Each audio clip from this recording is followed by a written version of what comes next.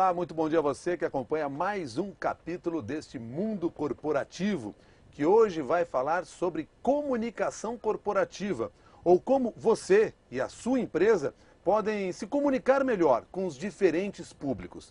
E a nossa convidada é uma especialista nesse tema, Maristela Maffei, jornalista, empresária, especialista em comunicação corporativa, dona do Grupo Máquina PR e autora do livro Comunicação Corporativa, Gestão, Imagem e Posicionamento, da editora Contexto.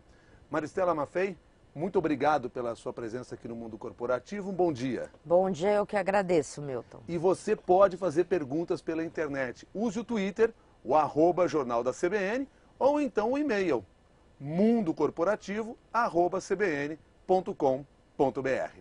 Maristela Maffei, nós estamos falando do que aqui? É relações públicas? Comunicação corporativa é o quê?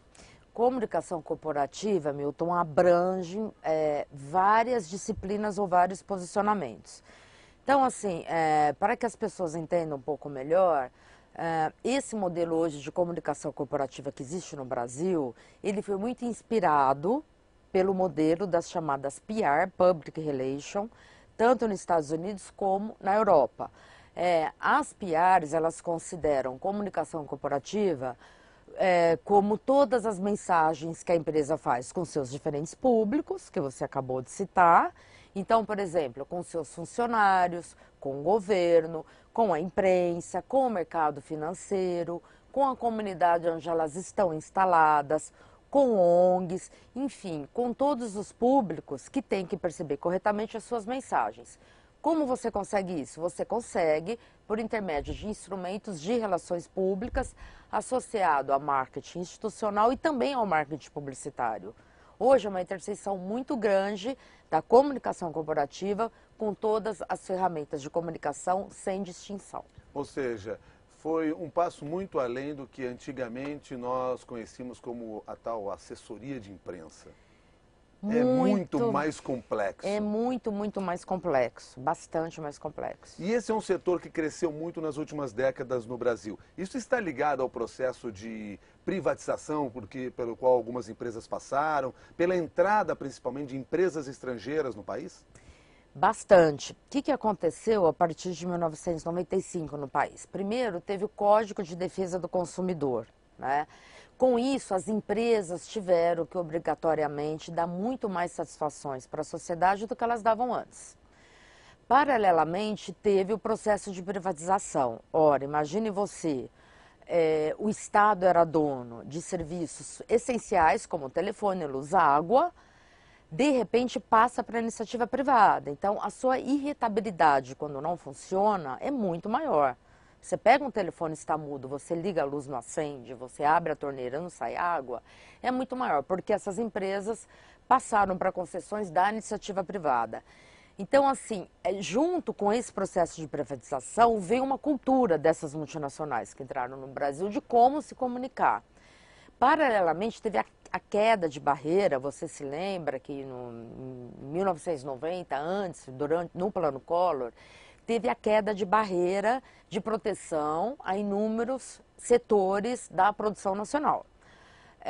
Se eu sou empresária e tenho uma série de proteções, eu me comunico de uma maneira. Se essas proteções caem, tem um Código de Defesa do Consumidor, tem privatização, tem concorrência, tem produtos entrando com uma oferta muito maior, muito mais barato do que eu produzo, eu tenho que mudar necessariamente o meu modo de me relacionar com a comunidade, com a sociedade, com todos os meus públicos.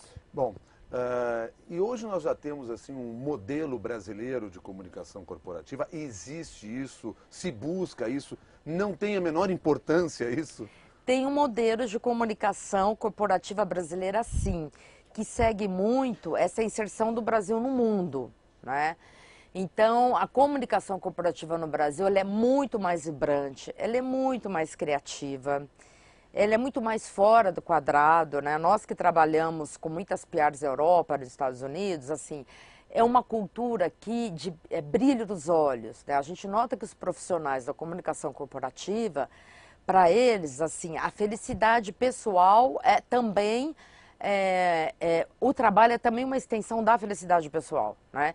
Então eles não estão ali cumprindo horário, eles não estão ali porque eles são obrigados, eles estão ali porque eles são desafiados no dia a dia. Um país que cresce, mesmo com a revisão do PIB, né, no caso do Brasil, 4, 5% ao ano, frente a um hemisfério norte que está completamente estagnado ou caindo, então tem muitas mais oportunidades. E a comunicação corporativa, Milton, é um dos setores emergentes hoje do empresariado brasileiro. Quem é esse profissional ao qual você se referiu? Quem é o profissional que hoje atua na comunicação corporativa? Quem é que as empresas têm que buscar para poder desenvolver as suas ações nessa área? Olha, inicialmente, se você pega 15, 17 anos atrás, as empresas buscavam profissionais de redações e de publicidade, jornalistas, publicitários e relações públicas, que já estavam estabelecidos, né? Então, por exemplo, eu lembro, quando eu abri minha empresa, vieram comigo 3 ou 4 profissionais em cargos de chefias de grandes redações. Veio também um publicitário de uma grande agência de publicidade. Nós, que fomos assim mais ou menos os pioneiros, nós tivemos que aprender várias outras disciplinas ao longo desse período. Então, disciplina financeira, de gestão, de processos, gerenciar pessoas, recursos, orçamento.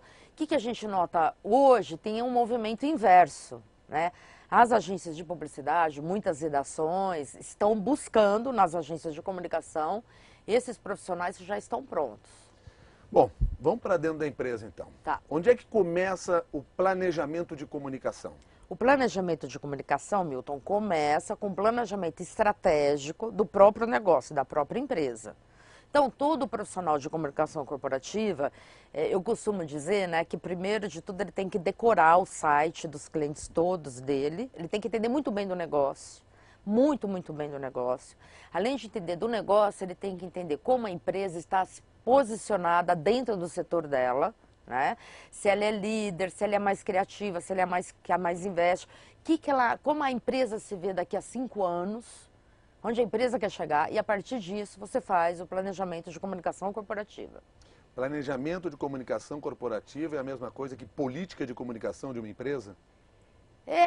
A política de comunicação de uma empresa, ela surge a partir do planejamento de comunicação. Esse planejamento de comunicação, posteriormente, se torna numa política que é divulgada e é dado ao conhecimento para todas as pessoas em cargos de decisão dentro das empresas. E essa maneira de se comunicar melhor começa dentro de casa mesmo?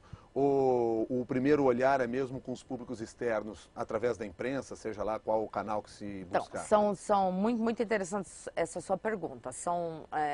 É uma via de mão dupla, né? Você precisa fazer um diagnóstico, entender os atributos da empresa, entender os atributos e as crenças do fundador, dos seus acionistas. Isso é uma parte. Uma segunda parte é você fazer um diagnóstico de como o mercado percebe essa empresa e casar as expectativas. E casar as expectativas. Agora, internamente, na conversa, por exemplo, você ter contato com seus funcionários, se comunicar bem com seus funcionários, também é responsabilidade desse mesmo grupo, dessa agência ou deste profissional que vai desenvolver uma ação de comunicação?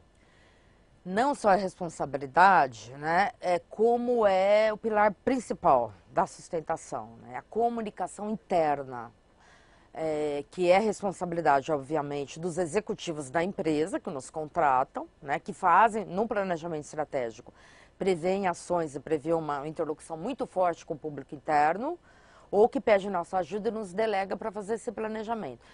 Então, hoje a gente vê assim, a empresa que não tem os seus funcionários alinhados, a empresa que deixa o funcionário saber de uma decisão importante pela imprensa, desculpa, essa empresa tem uma forte possibilidade de não ter sucesso no seu negócio. Principalmente nós levamos em consideração hoje a possibilidade desse funcionário ser um comunicador no ponto de vista de desenvolver comunicação, enviar mensagens também através de diferentes canais, inclusive as redes sociais.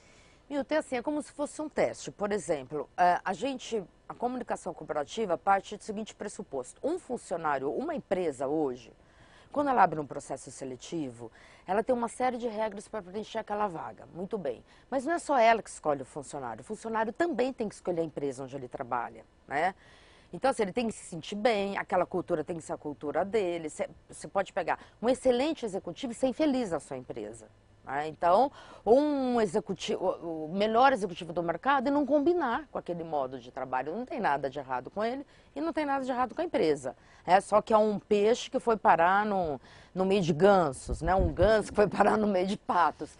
Então, voltando para a comunicação interna, o que acontece? A gente pressupõe que essas grandes organizações que a gente atende selecionam os funcionários bem, e selecionam bem. E aquele funcionário escolheu trabalhar naquela empresa. Se ele está ali porque ele escolheu, ele é o principal divulgador, ele é o principal pessoa que vai vestir a camisa, que vai convencer todos. Se você não convence o seu funcionário de uma comunicação, não adianta levá-lo adiante. Se aquele público que é identificado com você não foi convencido, algo está errado no processo. Bom, nós estamos conversando com a Maristela Maffei, falando sobre comunicação corporativa, e você pode participar mandando a sua pergunta, seja pelo e-mail, seja pelo Twitter. O Twitter é o @Jornal da CBN, você está vendo aí embaixo da tela, e o nosso e-mail é o mundocorporativo@cbn.com.br. Pergunta feita pelo Felipe Lemos. De que maneira prática as empresas e instituições devem se relacionar com os novos públicos que agora consomem via redes sociais seus produtos e serviços? Então, esse público, a gente nota hoje que é uma distinção, né? Assim, entre o público que procura as redes sociais, isso que o Felipe falou, para comprar mesmo os produtos e serviços, né? Então, acessam sites de compra.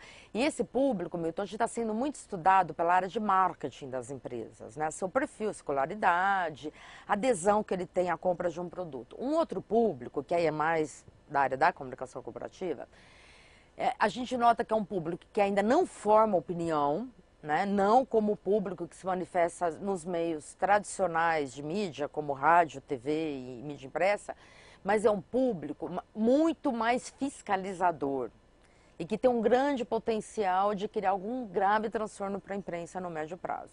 Então, as empresas hoje estão fazendo monitoramento, a máquina mesmo, a gente tem um software de gestão de redes sociais em tempo real para fazer esse monitoramento e avisar os clientes quando tem alguma insatisfação ou quando tem alguma desinformação circulando nas redes sociais. Nesse caso, a gente recomenda que a empresa tome uma providência urgente, porque 80% das manifestações de redes sociais que não são vamos dizer assim, favoráveis ou alinhadas com as mensagens da empresa são por desinformação. Né? As pessoas não têm informação, sabem de algo e vão e se manifestam. Então, hoje as empresas estão extremamente atentas para isso, considerando, respeitando. Esse é um público que cada vez mais é alvo de interesse e de objeto de estudo por parte das grandes corporações. Está mais perigoso para quem trabalha com comunicação corporativa esse processo todo hoje? Bastante mais, né? Imagine eu aqui, uma especialista em comunicação corporativa, por exemplo, em gestão de redes sociais, ao vivo, pela internet, durante vários minutos, né? Algo que aí não tem volta, né? Não dá, você não entra, não apaga, não reedita. Então você imagine isso para uma empresa que fatura 30 bi ao redor do mundo, que emprega 120 mil pessoas, né? Que está na prateleira de todos os supermercados, que recolhe impostos, que gera empregos, que tem uma atuação social. Muitas vezes essas empresas, assim, é como a casa da gente, você não controla 100% as coisas o tempo todo. Por mais que você quer, você não controla. Então, sempre tem falhas. Sempre vão existir falhas. As empresas erram, como a gente erra. Né? Não existe perfeição, ainda bem. Né? Quando o mundo acreditou que havia perfeição, teve a Primeira Guerra, a Segunda Guerra, porque tinham pessoas tentando impor coisas às outras. Então, não existe perfeição. Num ambiente que não existe perfeição, que é democrático, onde reina a tolerância, ocorrem muitos erros. Muitas vezes, hoje, uma empresa não tem mais chance de errar. Nem de virar público, me desculpa e dizer, erramos, estou vendo o que aconteceu, e você vai ser o primeiro a ficar sabendo quando eu detectar o que aconteceu, você vai ser o primeiro a ser comunicado do que a gente fez para consertar aquele erro. Muitas vezes eles nem têm mais essa chance. Então, assim, é muito, muito complexo, é muito delicado. Quem hoje disser no país ou no mundo que sabe como trabalhar com internet, com redes sociais, está mentindo. Assim, já tem pessoas com muito mais experiência, até porque erraram mais, quem mais errou é quem mais entende, né? Só de você não voltar a fazer o errado já é um grande aprendizado, é uma grande certeza, mas há um consenso que isso precisa ser melhor compreendido, levado em consideração, respeitado e respondido.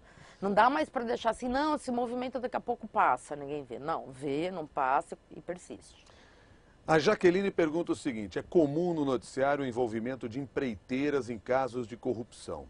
Há quem diga que no Brasil empreiteira é sinônimo de corrupção, superfaturamento de obras, etc. Como é planejar e executar um plano de comunicação corporativa para preservar a imagem dessas empresas?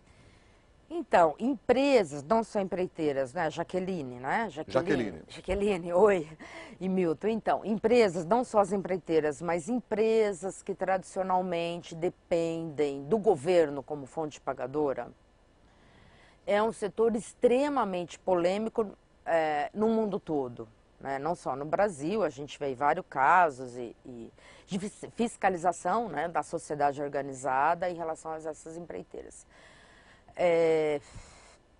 No nosso caso específico, no caso também das outras agências que atendem, sim, empreiteiras, Jaqueline, o que a gente faz é assim, a gente nota que essas empreiteiras surgiram há 30, 40 anos atrás, numa circunstância determinada política do país, e essas empreiteiras foram aprimorando cada vez mais seus códigos de éticas, de conduta, de relacionamento, e são empresas totalmente integradas a uma cidadania, uma responsabilidade empresarial.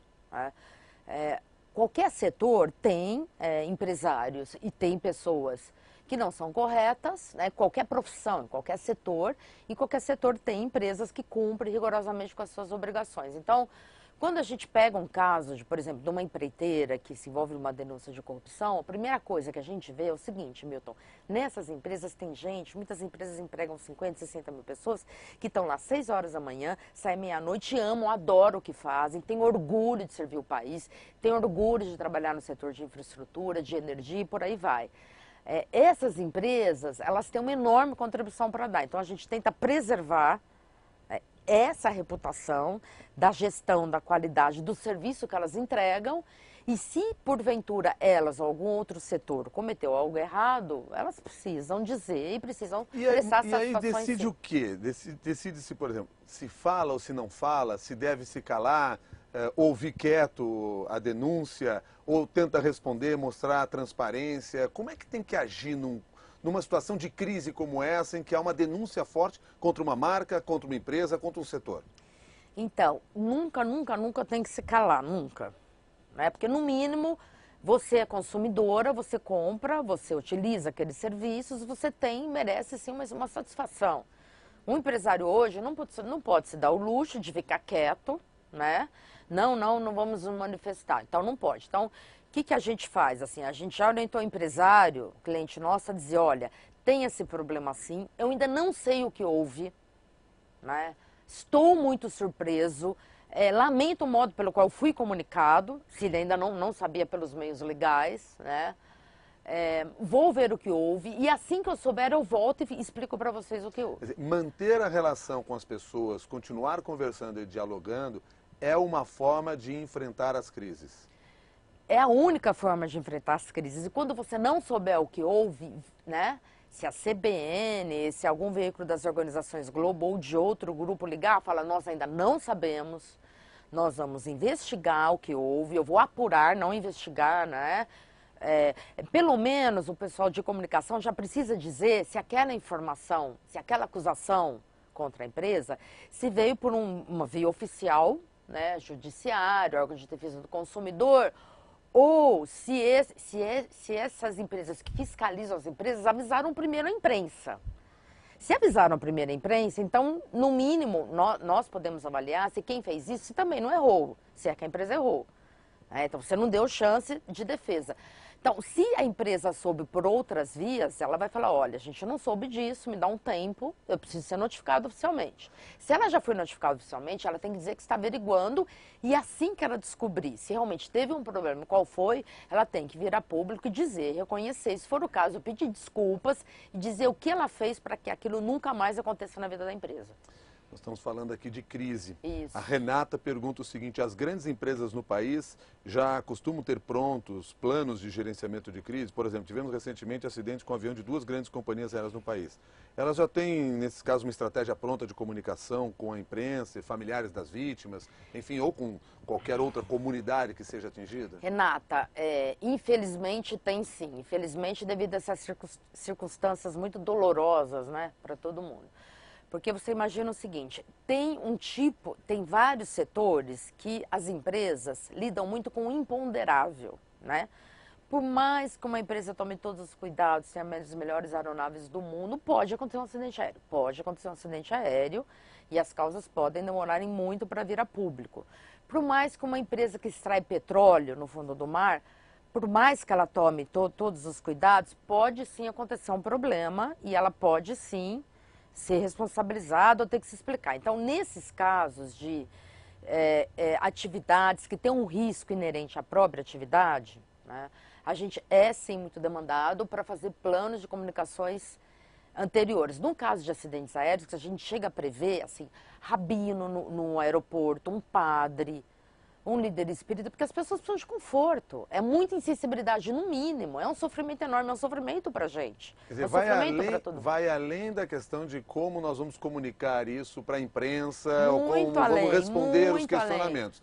Tem, inclusive, aparentemente pequenos, mas detalhes dentro desse processo que tem um efeito muito grande, porque é uma questão sempre muito sensível. Assim, não é só detalhes, assim, o principal, a gente faz um corte. O que é o principal? A comunicação com quem é diretamente envolvido. E o conforto e o apoio, né? Ou aquela comunidade que sofreu com vazamento, sei lá, de uma mancha de óleo, ou aquelas famílias que têm vítimas entre os acidentados. Então, assim, esse é o nosso primeiro corte. O que a imprensa está falando, por mais que a gente tenha respeito à imprensa, o que o governo vai achar, nesse momento é secundário. Então, as vítimas tiveram apoio, aquela comunidade foi assistida, óbvio, a gente tenta fazer as coisas simultaneamente. Fundamental é o seguinte, quer dizer, seja a companhia aérea, seja qual for a empresa, é importante que já se tenha esse plano previamente estabelecido. Tem, Milton, eu vou te dizer mais. Hoje tem planos, tem manual de conduta, tem media training, a gente chega a treinar os profissionais, treina porta-vozes, tá? Para justamente essas pessoas que estão sofrendo muito terem no mínimo, a percepção de que estão sendo percebidas e assistidas de algum modo. A empresa tem que estar preparada para qualquer situação que ela vai enfrentar. E eu acho que a empresa que não estiver preparada hoje não é uma empresa que tenha sustentabilidade, que vá se sustentar ao longo de anos. O Ângelo pergunta o seguinte: Maristela, qual trabalho na área de comunicação corporativa que você considera um marco na sua carreira e como foi a execução? Então, eu vou contar uma história muito que as pessoas até esqueçam. O marco na minha carreira foi o case mamíferos da Parmalat, né? Eu acho que vocês todos lembram, e principalmente quem já tem mais de 15 anos de idade, e muitos de vocês eram pequenos, assim, foi uma febre, sumiu os bichinhos. A Parmalat fez uma campanha, assim, tinha 2 milhões de crianças que ficaram sem um bichinho de pelúcia. Porque, não sei, foi um erro estratégico, não foi um erro estratégico, foi um sucesso enorme. Foi a segunda campanha de maior adesão no mundo de distribuição de brindes. Só perdeu para uma da PepsiCo há 20 anos atrás. Então, foi algo assim, eu lembro aí que o mundo da comunicação corporativa descobriu a máquina, né? Eu era uma agência, uma assessoria de imprensa, aquele tipo profissional que sai da redação com muita dificuldade. A minha família é classe média mesmo, né? De média para baixa. Não tinha o mínimo recurso e comecei de uma maneira muito voluntariosa e com 2 amigos. Quando veio a campanha, e a Parmalat era nosso cliente, porque a Parmalat apoiava o Palmeiras, era um cliente meio de futebol. Então, quando teve a crise, eles nos chamaram para ajudar e a gente começou intuitivamente a fazer planos, a fazer uma estratégia. Na época eu tive a sorte de conhecer o Nizam Guanais, né, que é meu amigo até hoje. O Nizam era dono da DM9, estava ali também, eles haviam bolado a campanha, né? E a campanha foi um sucesso. E o que fazer com aquilo? Então, para vocês terem ideia, gente, no mesmo dia, o CEO da Parmalat no Brasil, que na época era o Gianni Grisende, Ele foi chamado no Ministério Público Federal em Brasília, no DPDC em Brasília, no DEIC em São Paulo, todo mundo, para ele explicar, porque virou uma comoção nacional, né? Que tratava com crianças, crianças que não tiveram uma promessa atendida, enfim. E aí, junto com os fornecedores todos, junto com o Nizam, qual foi a solução? Fretar um Boeing e trazer não sei quantos milhares de bichinhos da Ásia de um dia para o outro, e colocar comunicado pago, pedir desculpa, ir nos principais pontos de venda, explicar, olha, desculpa, graças a você foi um sucesso total, a gente não sabia que teria tanta adesão. Então isso, a partir dali, acho que a gente aprendeu na marra, de uma hora para o dia, né? Como se te jogam numa piscina e você não sabe nadar. A gente aprendeu a nadar, né? E aprendeu, aí foi o primeiro passo para a gente aprender a trabalhar com todos os públicos ao mesmo tempo, com a mesma mensagem. O resultado disso? O resultado disso foi que a Parmalat trouxe os bichinhos, foi totalmente revertida, né, do ponto de vista de marketing da comunicação. A empresa continuou com um sucesso total, né, e foi totalmente revertido. Mas o principal, que é o principal hoje, você pode até me dizer, mas naquela época não tinha redes sociais. Não tinha. Acho que só tinha fax, gente, não lembro se tinha e-mail. Tava surgindo e-mail. Então, assim, não tinha. Hoje seria diferente. Eu não sei se seria diferente. Eu acho que teria tido sucesso a reversão do mesmo modo, porque o que contou muito, muito naquela ocasião, que conta muito hoje, é uma coisa que se chama atitude. Entendeu? A empresa vira e fala, olha, desculpa, vocês são muito bons, o sucesso foi muito grande, agora me dá um tempo, eu tenho que resolver. A atitude, muitas vezes o consumidor, ele quer ver uma atitude sua.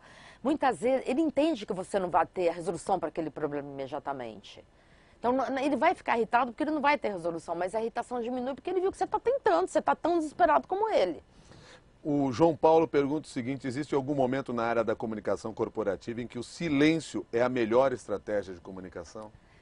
Tem, João Paulo, dura que tem. É assim, ó, até por respeito às instituições do país, notadamente a CVM, né, que é a instância que regula o mercado de capitais, em respeito aos funcionários, aos acionistas e à comunidade, principalmente em fusões, aquisições, né, todas as atividades que são regulamentadas aí pelos órgãos de fiscalização do governo, até que a operação realmente seja definida, saia e seja consensuada, se a imprensa liga e pergunta, eu vou ser muito sincero com você. Hoje já virou não é nada combinado, mas hoje é tão instintivo que as empresas já falam, não comentamos boatos. Até porque se ela nega, ela não mente nunca, não pode mentir. Cliente nosso não mente, ponto. Se mente, a gente não ficou sabendo, deixa de ser cliente nosso, não pode mentir. Então, assim, muitas vezes a gente já chegou a dar informação incorreta porque na empresa sabia direito o que estava acontecendo, mas não foi uma mentira declarada e deliberada. Então, como a gente não mente, o que a gente tem que dizer? A empresa não comenta boatos. Porque até se você nega, não é verdade que a CBN está comprando o Financial Times, estou aqui brincando, se você nega, eles sabem que quando for verdade, você vai dizer que não comenta boato, entendeu? Então a gente fala, não comenta boato, porque senão seria um desrespeito às instituições do país e ao modo como a economia funciona. Há regras também Há regras de confidencialidade. E que não se pode tratar dessas informações. Muitas vezes é uma informação muito positiva para a empresa, mas que naquele momento o concorrente também está estudando o assunto. Então tem informações estratégicas, sim, muito bem lembrado, tem informações de mercado de capitais que o silêncio é o melhor a fazer naquele momento. É necessário. É necessário, não tem outra alternativa. Bom, a empresa só fala quando o dono fala? Não. Aliás, a empresa, o dono, hoje cada vez fala menos. Né? Por quê? Se comunicam mal, não é papel deles? Não, porque assim, hoje os donos... Ou porque as empresas têm cada vez mais donos e não um só. Essa é a principal resposta. Mas assim, mesmo que numa empresa pulverizada que tem um dono, tem um sócio majoritário, tem um controlador, muitas vezes esse dono, ele já está fora da operação, né? Ele já faz parte de uma empresa de investimento que tem participações naquela empresa, mas só como aquele dono ficou muito tempo à frente do negócio, as pessoas esperam que o dono fale. Só que o dono já não é mais dono, é o que você falou. Pulverizou ações, foi para o mercado de capital, tem executivos preparados. Muitas vezes até um desrespeito ao consumidor, à imprensa, o dono falar, porque o dono não faz mais parte da operação do dia a dia, então não cabe a ele falar. Tá. E aí como é que se define quem é que fala dentro de um grupo? Quem é o porta-voz e que habilidade tem de ter esse porta-voz para ser um bom comunicador? Então, esse porta-voz, assim, primeiro, ele tem que ser uma pessoa que está extremamente familiarizada com o que a gente chama de core business da empresa, né? Então, ou do negócio principal da empresa, né? Então, se é uma empresa de comunicação, por exemplo, como a sua, tem que ser uma pessoa que entenda tudo de rádio, TV e mídia eletrônica do país, não pode ser o porta-voz. Se é uma empresa de bebida, ele tem que entender absolutamente de todos os processos de produção, interfaces com todos os públicos desse segmento. Além disso, a gente recomenda que seja uma pessoa familiarizada com a área de comunicação. Porque às vezes a pessoa que tem mais o conteúdo, mas ela não sabe se colocar, ela provoca ruídos ao se colocar, né? E em muitas ocasiões, então, as empresas têm o seu porta-voz, geralmente é um diretor de comunicação, um diretor de marketing. Mas hoje a gente nota que cada vez mais o CEO, né, ou o diretor-geral, o principal executivo, é o porta-voz da empresa, principalmente nas grandes ocasiões. Bom, eu vi de um empresário que participava de um treinamento de mídia o seguinte, certa vez. Vim para participar de um trabalho de comunicação corporativa e descubro que estamos fazendo um trabalho de segurança corporativa. É bacana isso, É né? por aí?